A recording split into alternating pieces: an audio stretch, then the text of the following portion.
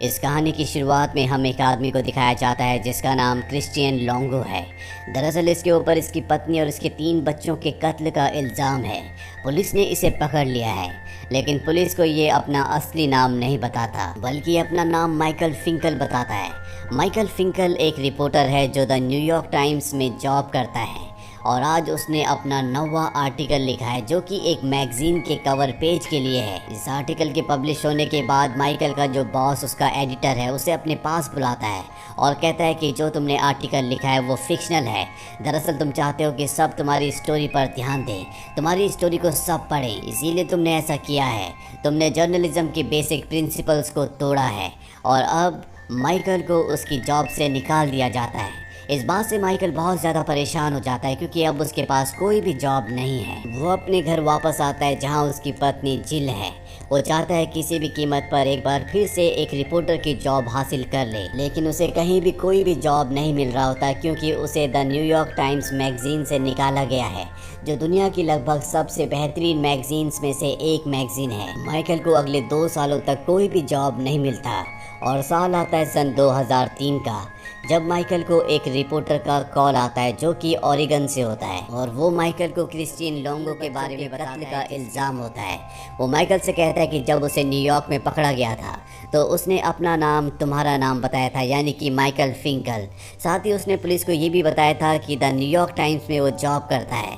तुम्हारी इस बारे में क्या राय है? माइकल को क्रिस्टीन के बारे में, इस मर्डर मिस्ट्री के बारे में कुछ भी नहीं पता होता और वो तय करता है कि वो इसी कहानी के ऊपर रिसर्च करेगा, इसे डेवलप करेगा और इसे पब्लिश करेगा ताकि उसकी जो इमेज ख़राब हुई है वो एक बार फिर से सुधर जाए। इसीलिए सबसे पहले वो लोंगो को एक लेटर लिखता है कि मैं तुमसे मिलना चाहता हूँ। जल्दी उसे उसका जवाब मिल जाता है। लोंगो उससे मिलने के लिए तैयार हो चुका है और अब माइकल जेल में लोंगो के सामने बैठा होता है। वो सबसे पहले उससे सवाल पूछता है कि तुमने मेरा नाम यूज़ क्यों किया।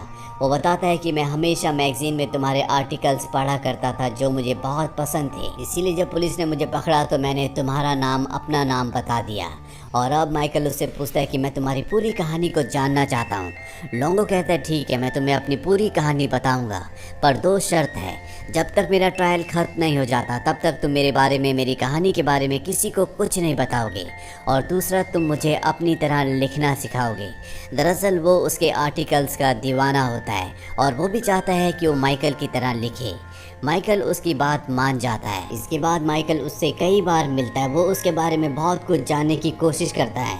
हालांकि लोंगो उसे बहुत कुछ बताता है, लेकिन वो हमेशा अपने अपराध के बारे में टाल मटोल करता है। इसी तरह से कई महीने बीत जाते हैं। लोंगो कई बार माइकल को उसके घर पर, उसके पते पर उससे खत भी लिखता है, उसे अपने बारे में बताता है और एक दिन वो उसे 80 पेजेस की नोटबुक भी लिख कर भेजता है जिसमें उसने अपनी ज़िंदगी की उस हर एक गलती को लिखा होता है जो उसने अपनी पूरी ज़िंदगी में की है। इस नोटबुक का नाम होता है रॉन्ग टर्न। जब वो रॉन्ग टर्न पढ़ता है तो उसे समझ में आ जाता है कि उसकी और लोंगो की राइटिंग की शैली हूबहू एक जैसी है।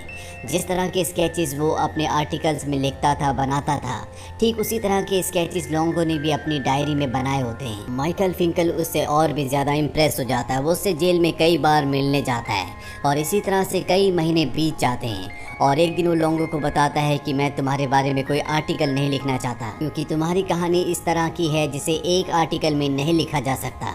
मैं इस पर एक किताब लिखना चाहता हूँ, पर तुम्हें मुझे सब कुछ सच सच बताना होगा। क्या तुमने अपनी पत्नी और 3 बच्चों को मारा था? लोंगो साफ साफ मना कर देता है। वो कहता है कि मैंने उन्हें नहीं मारा था। और अब लोंगो को कोर्ट में जज के पास पेश किया जाता है जहां पर उस पर आरोप होता है कि उसने अपनी पत्नी और 3 बच्चों का कत्ल किया है, लेकिन लोंगो साफ साफ मना कर देता है। वो कहता है कि मैं सिर्फ अपनी पत्नी और एक बच्चे की मौत का जिम्मेदार हूँ। इसके बाद लोंगो को जेल वापस लाया जाता है और जब ये बात माइकल को पता चलती है तो वो गुस्से से आग बबूला हो जाता है क्योंकि लोंगो ने उसे कहा था कि उसने अपनी पत्नी और बच्चों को नहीं मारा। वो लोंगो के पास आता और कहता है कि तुमने मुझे कहा था कि तुम निर्दोष हो, पर कोर्ट में जज के सामने तुमने कहा कि तुम अपनी पत्नी और एक बच्चे की मौत के जिम्मेदार हो। तुम एक झूठे इंसान हो, मैं तुम्हारी बातों पर विश्वास नहीं करूंगा। लोंगो बड़े प्यार से उसे कहता है कि तुम मेरे एक अच्छे दोस्त हो। मैं किसी को प्रोटेक्ट करने की कोशिश कर रहा हूँ जिनके नाम मैं तुम्हें नहीं बता सकता और तुम्हें मेरी बातों पर विश्वास करना होगा। माइकल अब पूरी तरह से कंफ्यूज्ड है। उसे नहीं पता कि वो सच बोल रहा है या झूठ बोल रहा है। उसे उसकी बातों पर विश्वास करना चाहिए कि नहीं। और जब वो बाहर आता है तो वहाँ पर उसे वो डिटेक्टिव मिलता है। माइकल से कहता है कि लोंगो एक शातिर इंसान है, वो कोर्ट को गुमराह करना चाहता है, इसीलिए जानबूझकर उसने जज के सामने अपनी पत्नी और अपनी बेटी की मृत्यु की जिम्मेदारी ली, जबकि उसने अपने 2 और बच्चों की मौत की जिम्मेदारी नहीं ली। दरअसल वो सबको गुमराह करना चाहता है, वो जो कुछ तुम्हें बताता है वो सब कुछ झूठ है। वो बहुत ही तेज इंसान है, तुम्हें उसका साथ नहीं देना चाहिए, बल्कि उसने अब तक तुम्हें जो कुछ बताया है तुम्हें सब कुछ कोर्ट में जाकर बता देना चाहिए, तुम एक सरकारी गवाह बन जाओ।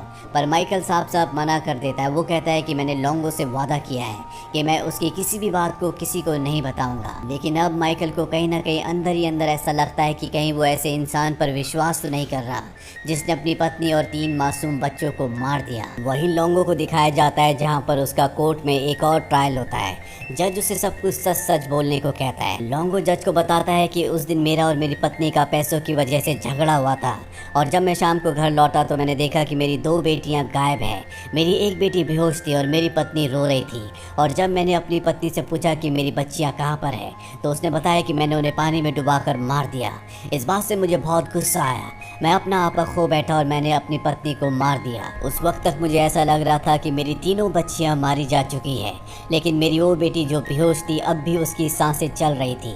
पर अब मेरी ज़िंदगी में कुछ भी नहीं बचा था, मेरा पूरा परिवार खत्म हो चुका था और मैं नहीं चाहता था कि मेरी बेटी इस दुनिया में अकेली रहे, इसीलिए मैंने उसे भी मार दिया। लोंगो की इस गवाही के बाद सब के सब शॉक्ड हो जाते हैं। सब सोचते हैं कि कोई कैसे अपनी छोटी सी बच्ची को मार सकता है। जज को भी उसकी बातों पर, उसकी गवाही पर विश्वास नहीं होता। उन्हें पूरा यकीन है कि लोंगो झूठ बोल रहा है और उसी ने अपनी पत्नी और 3 बच्चियों को मारा है। इसीलिए लोंगो को मौत की सज़ा सुनाई जाती है और उसे डेथ रो भेजने का हुक्म दिया जाता है। लोंगो यहाँ पर माइकल को देखता है, उसके चेहरे पर, उसकी आंखों पर अजीब सी चमक होती है।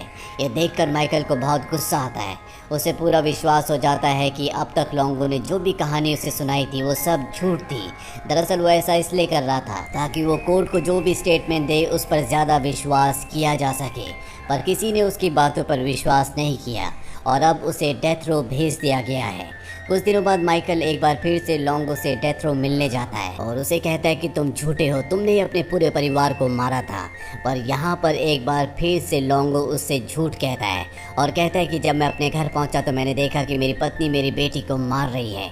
इसके बाद मैं ब्लैकआउट हो गया, मुझे कुछ नहीं पता चला कि क्या हुआ।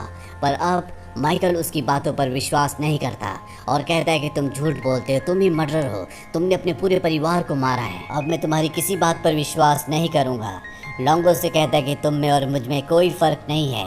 तुम अपनी किताब पूरी करने के लिए एक ऐसे आदमी से बात कर रहे हो जिसने अपने पूरे परिवार को मारा है, क्योंकि तुम अपने करियर को बचाना चाहते हो, ठीक उसी तरह जिस तरह से मैं अपने आप को बचाना चाहता हूँ। ये सारी बातें सुनने के बाद एक पल के लिए माइकल स्तब्ध हो जाता है, क्योंकि कहीं ना कहीं ये सच होता है, और इसके बाद वो यहाँ से चला जाता है। अब उसकी बुक कंप्लीट हो चुकी है जिसका नाम वो रखता है ट्रू स्टोरी, और जब वो बुक का पहला पेज सबको पढ़कर बताता है तो ये लोंगो के बारे में होता है, जिसमें उसने लिखा होता है कि लोंगो पर उसे बहुत गुस्सा आता था और इंसान गुस्सा उसी पर करता है जिसकी वो केयर करता है। हालांकि लोंगो मुझे हमेशा से बेवकूफ़ बना रहा था, लेकिन उसकी कहानी ने मेरी ज़िंदगी को एक मोड़ दिया। उसकी बातों से मेरी ज़िंदगी में बहुत प्रभाव पड़ा।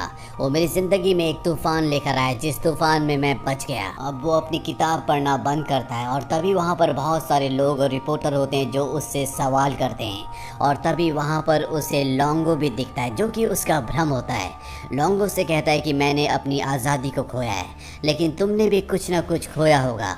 माइकल उसकी इस बात का कोई भी जवाब नहीं दे पाता। इस बात के कुछ सालों बाद दिखाया जाता है कि लोंगो अपने गुनाह को कबूल कर लेता है। वो एक्सेप्ट कर लेता है कि उसने अपने पूरे परिवार को मारा था। वहीं माइकल लोंगो की वजह से एक कामयाब राइटर तो बन चुका है, लेकिन वो कभी भी द न्यूयॉर्क टाइम्स के लिए दोबारा नहीं लिख पाया। वहीं लोंगो ने जेल से कई आर्टिकल्स लिखे जो कई पब्लिकेशंस में छपे, यहाँ तक कि द टाइम्स में भी। इस कहानी के अंत में बताया जाता है कि माइकल हालांकि लोंगो से नफरत करता था, लेकिन हर महीने की पहले संडे को वो हमेशा लोंगो से बात किया करता था। और इसी के साथ ये कहानी, जो कि एक सच्ची कहानी है, यहीं पर ख़त्म हो जाती है। ये फिल्म ईयर 2015 में रिलीज़ हुई थी। IMDb पर इस फिल्म की रेटिंग है 7.3। उम्मीद करते हैं कि ये कहानी आपको पसंद आई हो।